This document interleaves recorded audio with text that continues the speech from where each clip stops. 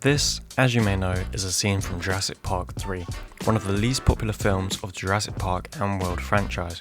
With just a 49% on Rotten Tomatoes and a 5.9 on IMDb, it's the least liked film of the Jurassic Park trilogy and is in the bottom 3 rated in the entire franchise. But why is it so disliked?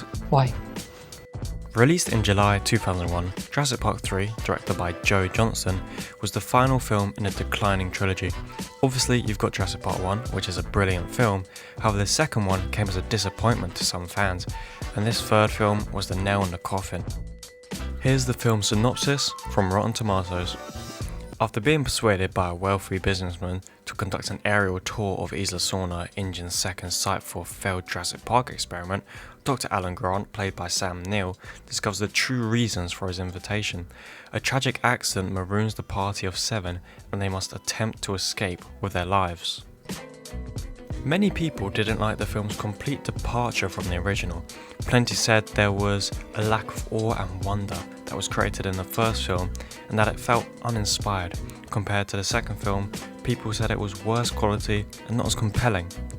This translated in the box office, with it being the lowest grossing film of the trilogy by some margin.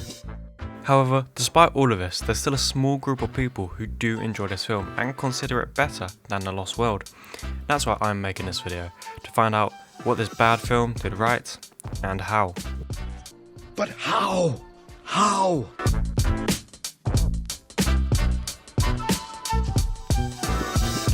Starting off well, the pacing of this film is pretty good.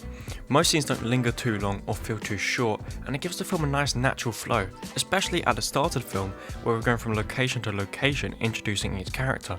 It does this quickly but smoothly. However, a negative of this is much less character development, although we do get some later on in the film. The pacing does start to bog down a little in the second act when they're on the island. The issue of this is while the group are all together, the story slows down, but as soon as they get split up by the raptors, it picks up the pace again, and they all get reunited far too quickly, also making it feel cheap when Eric finds his parents, when this should be the biggest emotional moment of the film.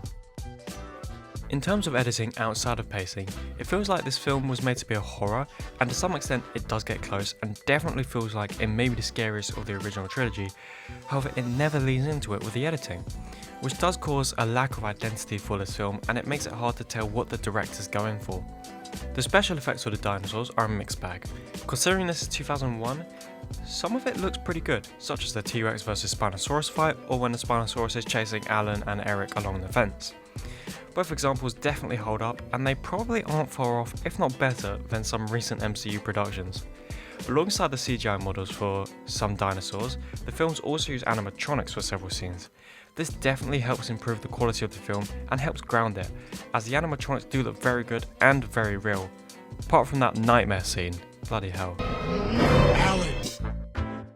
This is quite a frustration section for me, because the film just relies far too heavily on John Williams' score from the first film, even though there are some generally good bits of original music from this film, and there should be more of it.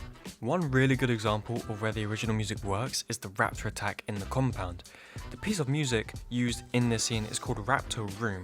It very easily makes the scene intense, and the eerie opera section as the raptor climbs the fence is just perfect, as it really outlines how smart the raptors are and how we should be afraid of them. Now, I have absolutely nothing against the first film score. I mean, it's iconic and one of my favourites. However, a film sequel or threequel really must not rely on aspects of the first film to be good. The best example I can think of this is Creed 1. In the film, we don't hear that iconic Rocky theme until the very end. This works as it feels earned and really motivates the viewer, using their love of the song to let them will on Adonis in the last fight. However, in Jurassic Park 3, every time a main theme plays, it feels cheap and overused. This film could have done something similar to Creed 1, as there is a moment at the end of the film where the main characters are all finally on a helicopter on their way home, and one of the main themes plays, and it does feel good to hear, because of the journey the characters have been on and the triumph of the scene. However, if this was the first time we were hearing this music all film, it would have had a much greater effect on the audience, as it truly tells us everyone's safe, the movie's over, and we can all go home now. In terms of diegetic sound design, it's okay. There's nothing especially of note, with all the in-world noises kind of being bland but serviceable, including the dino roars, which definitely aren't as good as they were in the first film for some reason. However, I do really like the satellite phone ringtone. I like how it becomes extremely eerie when we realise it's been swallowed by the Spinosaur. However, that plot beat did die pretty quickly, and there was definitely more room for that ringtone to really cause dread in the viewer and for the film to embrace its horror. This film looks fine. The shots aren't especially pleasing, but there are a few good ones in there, such as when a Spinosaurus attacks the boat near the end and the fire scares it away. The lighting in that scene is quite nice. The camera movement is usually pretty good, with it feeling dynamic and natural, such as when Alan is giving his speech and the camera slowly gets closer to him as the speech progresses. Even in the action, the camera isn't too disorientating and shaky, apart from one main scene, which is the raptor chase outside of the compound, which is weird because just before the scene inside the compound, the action was much better and the camera was far more stable. This could be because the director wants us to feel disorientated as the group gets split up, but instead, in my opinion, it just makes the scene unfun to watch. On the other hand, one scene that was very well executed is the birdcage, especially the start of it.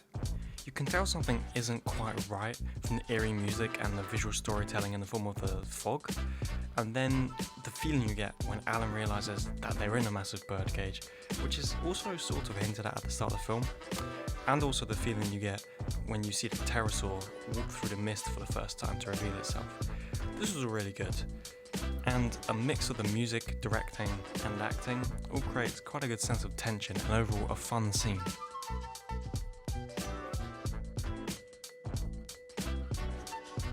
From what I've seen, the characters are one of the least liked parts of this film. However, they're actually not too bad. Let's start with Alan Grant. First, I'd like to say Sam Neill really was perfect for this role and does a really good job in this film, just as he did in the first one.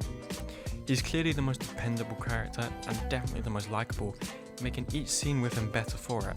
His overall composed attitude really helps when compared to the other characters, and he does bounce well off them, especially his friendship with Billy, before their argument at least. Unfortunately for Billy though, I'd have to say, in my opinion, he was the weakest main character in this film. He has basically no development and isn't incredibly likeable to begin with, which just makes us like him less when we find out he stole the raptor eggs, and overall I didn't care too much about his supposed death. It's not a bad performance from Alessandro Nivola, just a basic character. However, I did like the few bits of banter he had with Udesky, a character that surprisingly worked well. Played decently by Michael Jetta, Udesky becomes a fairly likeable character from his comedic moments and general comments.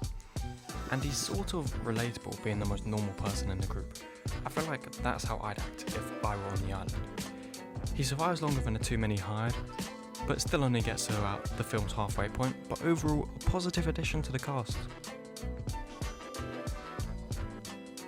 Speaking of the men he hired, Nash, played by Bruce A. Young, and Cooper, played by John Dial, were pretty good. Obviously, those characters are only there to die, they're just fodder. However, I think both actors did a good job at making them feel human in the few scenes we had with them, which actually made me feel bad when I saw Cooper crying before his death and Nash begging for help.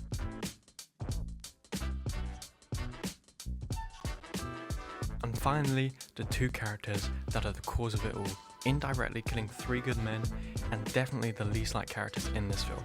It's the Kirbys. I don't think they're that bad.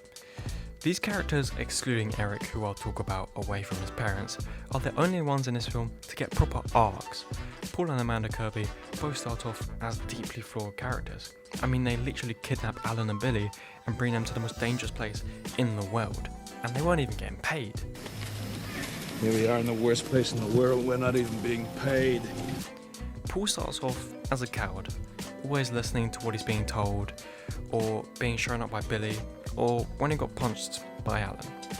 He was just an unimpressive man and clearly didn't understand the gravity of his actions. However, as the film progresses, he grows, he becomes less annoying, more assertive, and more likeable as a person.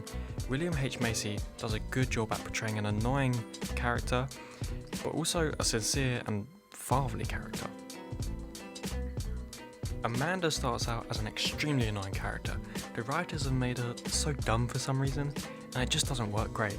However, as the story moves on, she grows, becomes smarter and less annoying and more brave.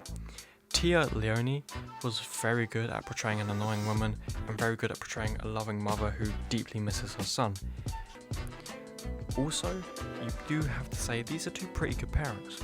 Maybe not in a usual sense, but they did go to the most dangerous place on the planet to save their son, even though the chances of him being alive were remote. Speaking of their son, Eric, played by Trevor Morgan, is fine. He doesn't give a great performance, but certainly not a bad one, and the character himself doesn't really go through any arc, but he doesn't need to.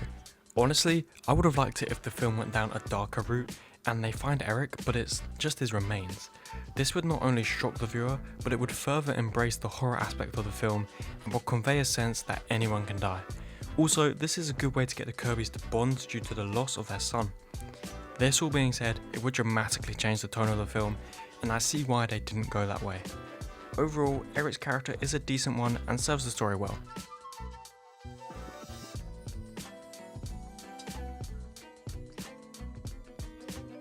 Well, that's it, my review of Jurassic Park 3. And after this analysis, does it live up to the hate? Honestly, no. It's a decent time, with a few fun scenes and a plot that doesn't drag on at all. My personal rating of it is probably a 6.5 out of 10, which isn't spectacular at all, but is good for what I've seen on the internet. And I would happily suggest this as long as I make sure to the person I'm suggesting it to that it's nothing groundbreaking and more of a good excuse to eat some popcorn. Thank you.